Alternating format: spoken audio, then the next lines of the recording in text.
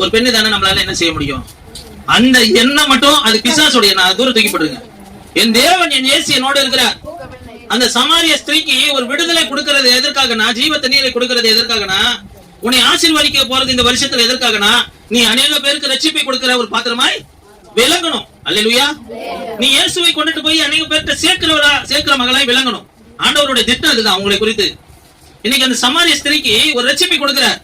யோபு என்ன தெரியுங்களா செய்யறா? அந்த கிராமங்கள் முழுமையா போய் கூப்பிட்டு வந்து என்னை பற்றியும் என் குடும்பத்தை பற்றியும் என்னுடைய எல்லா காரியத்தையும் பற்றியும் சொல்லுகிறார். ஒருத்தர் மேசியா தானே அவரு வந்து பாருங்க அப்படின்னு சொல்லி கூப்பிட்டாரா? என்ன வேற ஒண்ணுமே சொல்லல. மேசியாவா வரப்போகிறவ இயேசு அவரு தானா பாருங்க அப்படின்னு சொல்லி கூப்பிட்டாரா?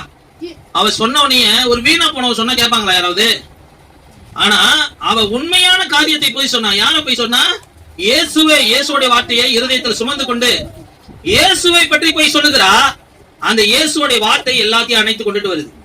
இன்னைக்கு உங்களோட சுய வாழ்க்கைய ஆசீர்வாதமாய் மாற்றுவேன் ஆண்டவர் வாக்கு கொடுத்துட்டாரு. என்ன செய்ய போறாரா? அடிக்கடி தண்ணீர் பாய்ச்ச போறாரா? எப்படிப்பட்ட தண்ணீரா? உங்க ஆவிக்குரிய வாழ்க்கையும் ஜீவ தண்ணீரோட ஒரு ஊற்றண்டையில நிற்க போது உங்க உலக ஆசீர்வாதங்களும் நிரம்பி வழிய போகுது. ஆனா இது எல்லாத்துக்கும் பாத்திரம் என்ன? உங்களை குறித்ததான திட்டம் என்ன? அநேக பேரை போய் இயேசு அண்டைக்கு கொண்டு வா. அல்லேலூயா. இயேசு அண்டைக்கு கொண்டுட்டு வரதுக்காக தான் ஆண்டவர் என்ன செய்யறாருங்க? அற்புதம் செய்கிறார். உங்க வாழ்க்கையில் உள்ள வெளிச்சமை மாற்றி காமிக்கிறார்.